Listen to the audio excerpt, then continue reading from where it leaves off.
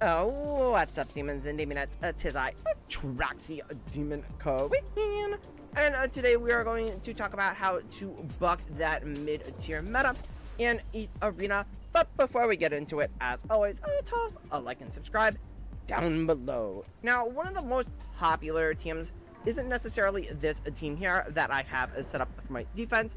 Typically, you are going to see something like this, or maybe something like this, right, that relies on like a lot of pushback, a debuffer, and a heavy damage dealer. Messiah being like the number one at 115, or you would see a lot of people maybe go 555, or like 145 or 445, something like that. You'll see a lot of heavy infested in to Messiah because he is a great damage dealer. And basically the goal of this comp is, hey, my Mio, or like Marvel could be used in this case, my pushback Animus goes first, pushes back everybody, then I can use another pushback hero to push everybody back, then I could use like a close to kind of debuff and slow everybody, and then my Messiah goes, and my Messiah just wipes the board. And that's kind of like a common tactic, and whoever goes first wins, right? But what I did, and I put it on my defense here, is we dropped Freya. So we only go with one pushback, and we go with the Kazuya. And the big thing here that you're going to want on your Kazuya or your Mio in this case is going to be a Gigabyte. That's part of the key. The other key is going to be a Kazuya. So we're going to talk about it, and we're going to see how it works in action. So we'll go to a battle report. I'll go to my battle record here. Right. You know, you're not going to win every match.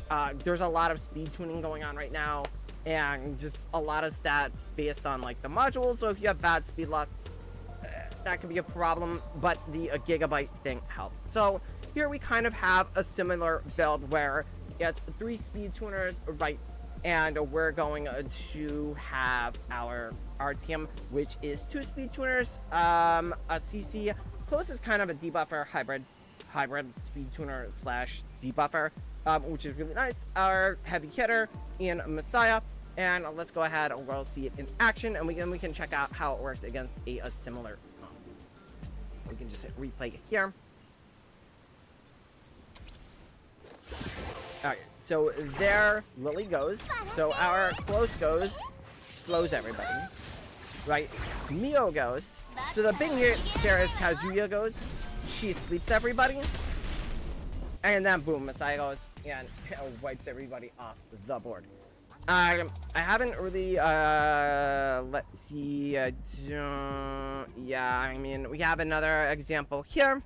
This is probably a good one. I don't know that they're, if you're faster, it's usually not going to be a problem. But if they, what I've seen a lot of people do is they put a Gigabyte on like a Marvel or a Mio, and the Kazuya stops that, right? So she sleeps everybody, so they're like close there, can't jump ahead. Like, so we don't wipe out the team with the first hit this time. We wipe out their DPS, so it's just a matter of time. Right. And you can see our Mio's jumping up. Right, we got frozen. That's not a problem. They don't have a real DPS left. So it's just a matter of time for Messiah to go. Messiah's invincible at this point, so he's not taking any damage.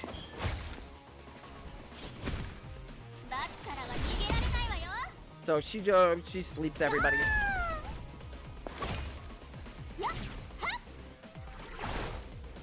Alright, so you probably may already have, like, if you have Mio is big. I think Mio is better for PvP than a Lily. You may catch some flack for that. But let's talk about the key Animus in the defense. And that is your Kazuya. And I'm just running her with the same set that I would run for a Doki. Alright, so we have her at 525. This would work at 515. Right, so we want 5 here on this to reduce the, you know, increase the down, the chance of slumber, and or reduce the CD. But the big key here and why it works so well is that we get 2 turns on slumber off of the first skill. So what that means is that while our Messiah is kind of like hanging out in the back, waiting to go, it's going to ensure that the enemy Animus are taking a snooze for a long time and don't get to go. That two turns can be an eternity in PvP, so it's a really strong there. The second skill, it doesn't really matter here as much. I just, hey, we just add a little bit of pushback. This just adds, turn meter chance, and adds a little bit more pushback. That's fine. I mean, if we could build that up at some point, that'll be great. She's an SR Animus, so it's easy to get all of the copies here, right? So it's easy to duplicate farm for her. So she's someone that's going to have easily, you get the extra effect accuracy, you get some base effect resistance, and you are going to get increased damage. And you see, I'm not running anything crazy like set-wise different on her. We just had to have like an okay amount of speed because we're going to rely on our Mio going faster, or we're going to rely on the shell. So let's talk about the shell. So we're running a Gigabyte. I don't have the best rolls here. I mean, I could probably go with like a Shadow Dash or an effect accuracy. Effect accuracy would probably be best for her. It's not even a maxed Gigabyte. As you can see, we're running a Swift Rush and Time Wave. Again, this is built more for a Doki Doki for Health 4, right? So basically what's going to happen is every 3 actions accumulated by enemy units increases the owner's turn meter by 30% and can be triggered up to 1 time per turn. And so what this does for us, and this is huge, is if the enemy Animus's speed tuners all go, right? So say their Mio goes and they push us back, and then their Freya goes and then they push us back, and then their Close goes and gives us the speed down and the defense down. What this is going to do is this is going to let us jump back 30%. So it'll allow us to potentially jump ahead of the enemy Animus. We have the same thing on Mio as well, which would in turn let Mio jump ahead too. And since Mio's a little bit faster than Kazuya, it's going to allow us to get some additional pushback. So then that's going to allow our Kazuya to go and leave the enemy Animus. Now, this is just a great attack team in general.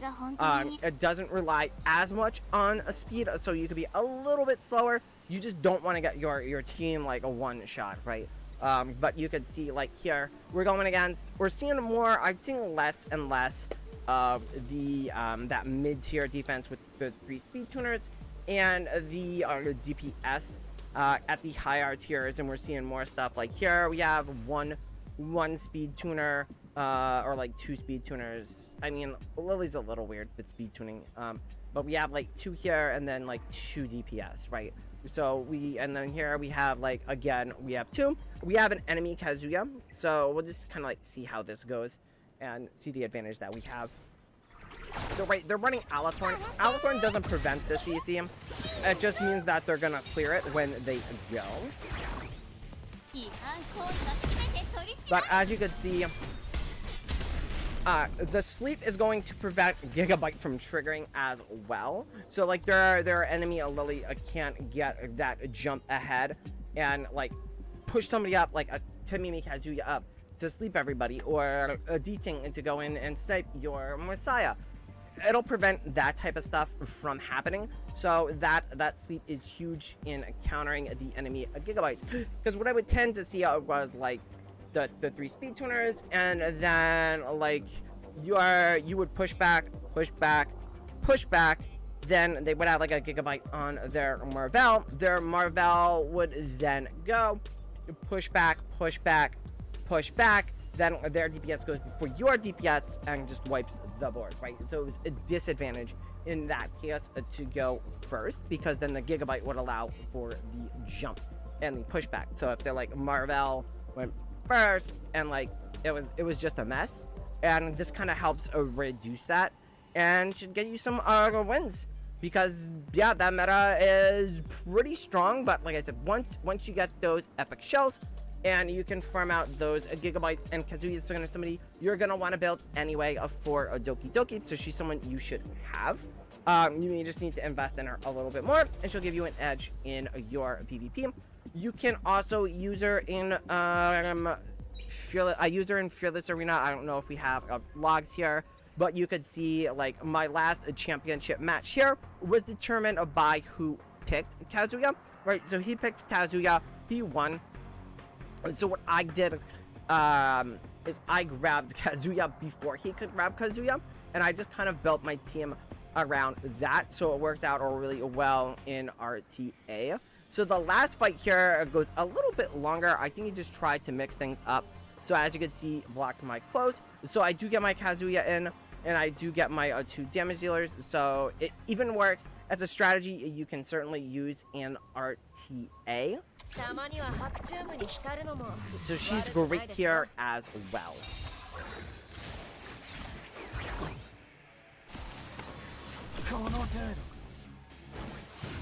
So we're seeing it from their POV, I guess.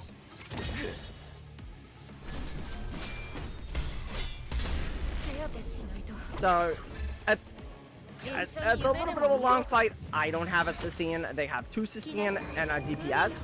So it's kind of a race of me like trying to push them back and kill their DPS and control their DPS before they can like out heal me, essentially, and out damage me.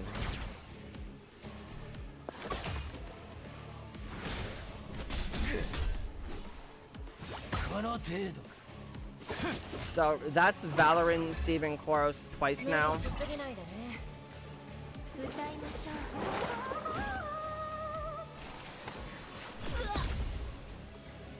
So you can see we slumber them. Again, that's big.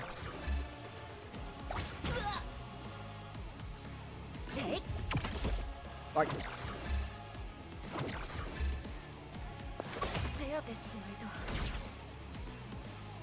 so I used their Valorant. I got lucky because I want to kind of control her and stop her from going.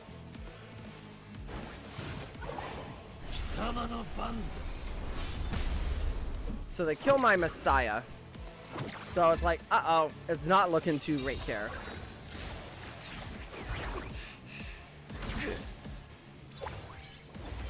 So what we can do, because then the sleep target takes increased damage, is we can hit him with our Romoka, because then we get more splash damage across the board. And that's going to help us eat through things like shields and things like that.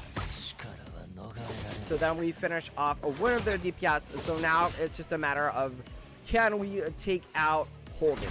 And then once we take out Holden, it's just, it's in our favor.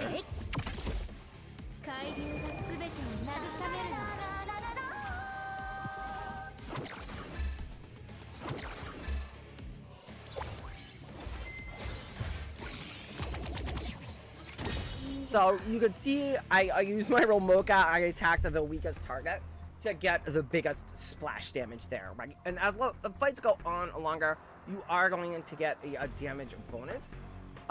So that helps too. So you can see the having a 115 Romoka is huge, and that's why I'm hesitant to reset my Romoka, because I do get a lot of use out of her there. But you can see that the star of the show is going to be a Kazuya.